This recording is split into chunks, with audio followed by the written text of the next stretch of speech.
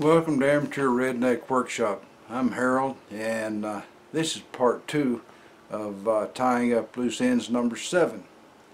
And it's another one of those cold February days. It's all damp and wet outside, and not exactly the kind of day you want to get out and do things outside, but sometimes you have to. Have you ever had a contractor or somebody like that? They come to give you an estimate, and during the course of it all, they just tell you an outright stupid lie. I mean, how can they? I know I'm an old redneck, and I probably look pretty stupid, and I might not be all that bright, but I mean, there's there's limits to what you can get a guy to believe, But I was getting an estimate, and this guy wanted to sell me some windows, and I said, well, give me an estimate, And so he said, well, I put in vinyl windows, and I told him, I said, I don't want any vinyl windows. Well, he says, the city of Houston don't allow aluminum.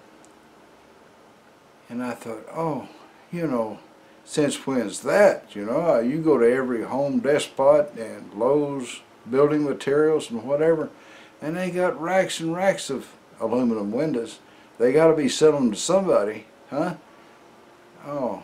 Yeah, well, I guess who isn't going to get the job? He's not. If you start off lying to me on something simple like that, God only knows how things are going to turn out in the end.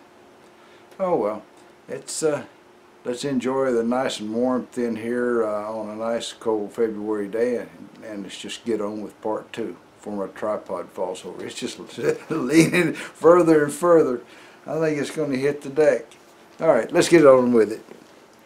That's the flimsy tripod that was starting to lean. It's small and light, so it'll fit in your luggage, but it has a hard time holding up a regular weight of camera. I need to get another one like I use in the garage. Try it with this guy.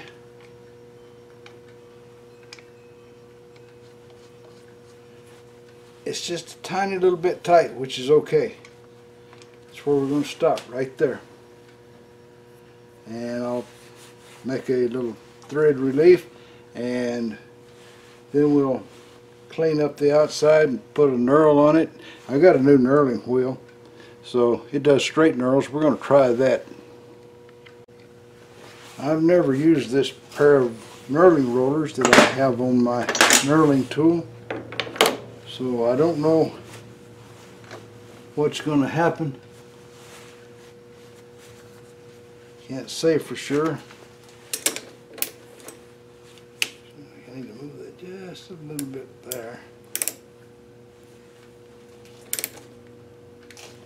I don't guarantee that's straight on, but it could be. Let's see what happens.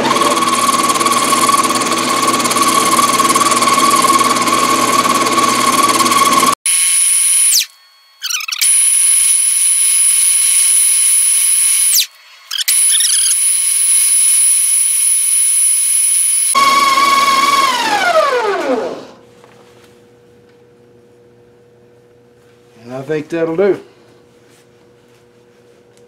Like I said, this is my first time with straight cutting knurls. So,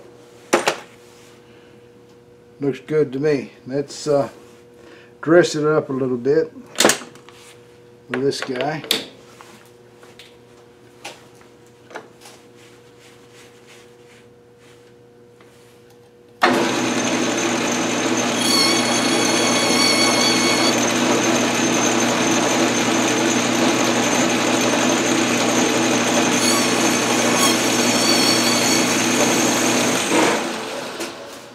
I'm just comparing it to the other one to see if I'm in the ballpark.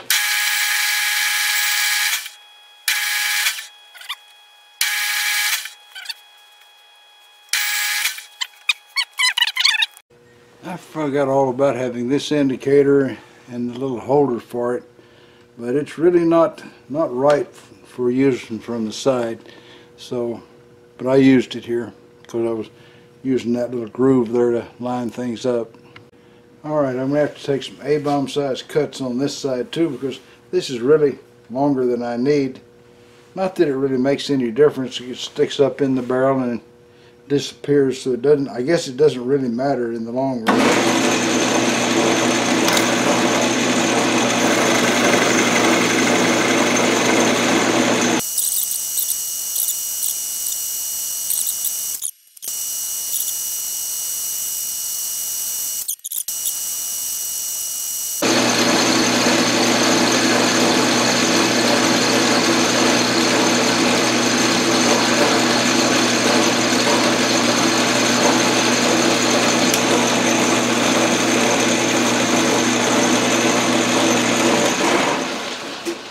Time to get a real micrometer. Okay, that's 410, so it's come down quite a bit.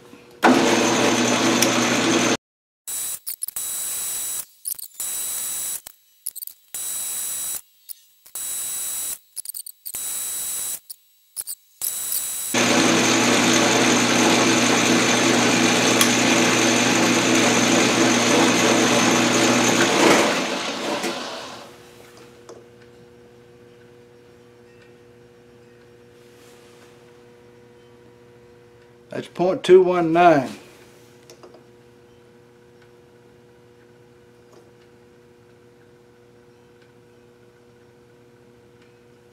So I gotta have another thousandth off of there. I think I'll get it with this compound.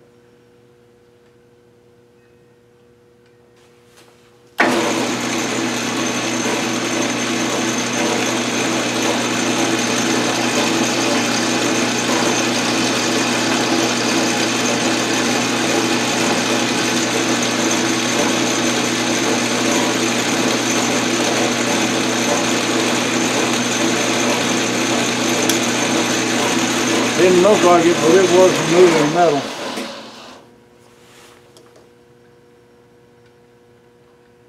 .218.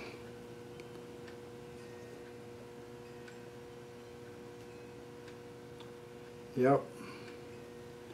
All right, so that looks good to me. We're going to call that finished. All right, so we already had this guy. And we already had this nut right here. But today we made, kind of tight, we made this guy. And we made this guy. And he should slip right over the end there. And he does. But I'm not going to use it just yet, I don't think. Even though I could. Well, I can, so, you know, it just makes it stick down further. I want to be able to clear the vise and all that sort of thing. And I've looked inside of here, and I think the way it's made is good enough. And I was probably a little premature in saying it wasn't, that the edge wasn't thick enough, but I think it really is. Anyway, there we are. Tightened it on there. That's a wrap. These two loose ends are tied up. The next loose end I need to really work on is my redneck separator there. I made it out of less than 1/2 inch thick plywood, so you know it's a little flimsy. It holds up. It doesn't collapse or anything, but I'd like to start over and make it out of 3/4 inch plywood and make a porthole in the top so I can look down in the bucket and see if it's getting full before I have to do anything, you know. Let's go see if there's a joke somewhere. Well, couldn't sleep, so here I am up before sun up, and got a blanket on because the boss lady keeps the temperature at night about the same as you'd have on a balmy January day in northern Yukon. And so I'm, you know, not going to freeze to death in here. But anyway, I got to thinking about when I was working in the evil polluting refinery. I started doing that kind of thing when I was about 21 years old, and it was just a whole new world to me. I was just as happy as if, you know, it was a pig in mud. Yeah, I was tickled to death. The whole thing just fit me. perfect. It was the way I like to work, and it was the way I like to live, and by golly, there I was home, you know. I had a bird's nest on the ground. And anyway, you got operators in these places, and operators are a lot that pretty unusual people normally. They go out there and they do things where maybe they're filling a tank car or emptying a tank or something, where they got to stand a long time watching something, or waiting on something to happen, and their mind is working while they're doing that. They'll be scheming up some trick to play on another operator, or some way to devil an unpopular supervisor or something like that, and like they say, the devil makes work for idle minds. And anyway, so I'm working in this one refinery, and as they have to do, they have to hire some young folks now and again to replace the ones that retire. And it's kind of like they take a sheep and throw him in amongst the wolves, And so in this one particular unit, where they had a lot of light materials like propane and stuff, and they're worrying about leaks there because it's already above the the burning point of the propane. It's got the heat, it's got the fuel. All it needs is the oxygen, and so there you go. That's the situation's right. Eventually, some of it's going to leak out. There's going to be a little fire or something. So they bring this new kid in, and first thing happens, the safety man, tells him all this stuff about, being safe, and maybe on this unit they use all non-sparking tools like aluminum and brass wrenches and stuff like that. And so he's already primed, and so the supervisor comes out and throws this lamb amongst the wolves, so to speak, and so this guy's going to, show him the ropes and train him and everything till he, learns how to take care of himself in there. So he takes him out and shows him around the unit. First thing he does is he gets this long copper wire. He says, "I tell you what, kid," he says, "you're going to have to wear this on your belt for a while." He said, "It won't be a couple of weeks and you'll learn how to do without it." He says, "But you need to put this on your belt, and this wire will drag on the ground, and it'll dissipate all the static electricity you might build up so you don't start a fire or something." So the kid, he wanders around with it a little bit, and then he asks, "Well, how come these other guys don't have a wire on their belt?" And the old hand says, "Oh, well, they've already learned how to, go around here without generating static electricity." He says they know how to grab stuff and discharge in a safe place, and then how not to get charged up, in the first place. He says, you'll get on to all that. So this kid wore that ground wire, dragging on the ground for about a week before he realized, he was just being taken. That's the life in an evil, polluting refinery, So that's the end of that one. Well, that's all, folks. Y'all try to subscribe if you're not already a subscriber. Leave a comment if you got something to say.